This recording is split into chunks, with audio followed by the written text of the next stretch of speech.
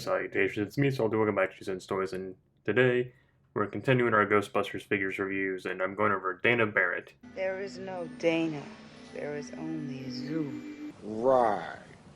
Like I said, we're going over Barrett, and this one came from Amazon, as you might have guessed, from the top. What did you do, Ray? Oh, shit. Aside from this, I'm still a fan of the box and the artwork and the like. I really think that's kind of a neat thing they did with the design and all that. But looking at the box, see we get Dana, we get Vince Cortho's torso, and that's it. Side of the box is the same kind of schematics. Other side of the box has the Ghostbusters. Top of the box, despite its damage, plastic J-hook. Bottom of the box, legalese. Back of the box is the same kind of setup as we saw with Gozer. You know, small little read-up, which actually says there's no Dana, only Zuul, because Dana wasn't worth any more description than that, I suppose. And 3D renderings of the figures available. All that out of the way, I'm going to get her open. We'll look at the articulation, look at the sculpt, and call it a day. Looking at the only other thing that she came with was Vince Cortho's torso.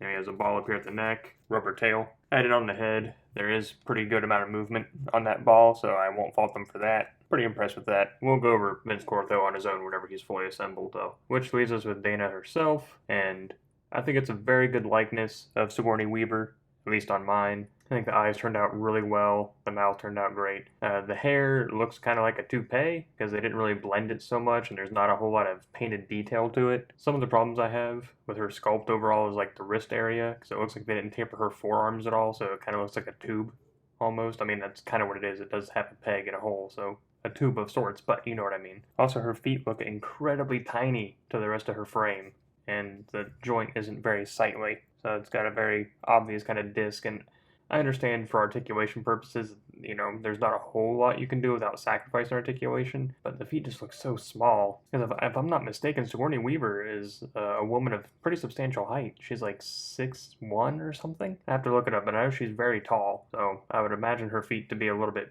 bigger, and kind of this big molded plastic skirt thing, you're not going to get a whole lot of articulation out of her, but hey, she's not really an action figure so much as just I don't know, she's kind of like a prop, I guess, for a display at this point, which is unfortunate.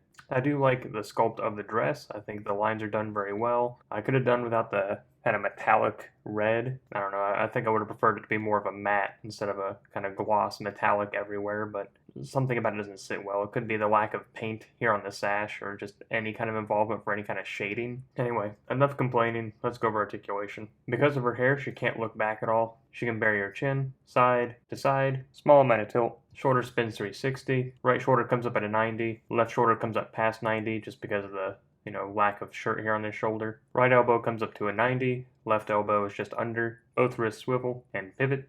Dumbbell here in the waist allows her to lean forward, lean back, side to side, swivel. Due to the kind of thickness of this plastic, there's not a whole lot of articulation in the right leg. That's about as far as she kicks forward, doesn't kick back, doesn't really kick out. Left leg kicks forward that far, still doesn't kick back, kicks out that far. Both have thigh swivel. If you swivel the leg out like that, double jointed knees can bend up that far. Otherwise, that's about as far as you get. The more you go up, the more her leg kind of shifts out like that. So that's about as far as you get, really. Right leg, that's as far as her leg will bend backwards with the knee joint. Ankle goes back, all the way forward, and ankle rocker. That about brings us to a close with Dana. There is no Dana, there is only... How about new? And I wish I had nicer things to say about her, because I do like Sigourney Weaver. It's just not that great of a figure overall. I hate to say that. She looks the part, and she'll probably just end up doing that on my shelf, honestly. Or that, maybe, because things like to fall over. Anyway, starting with the next video, we'll be moving into the regular Ghostbuster team, which should be more exciting to have more accessories, more things to go over. And down below, let me know which of the two Ghostbuster movies is your favorite, the first or the second one. I said it in the last video, but I'll say it again.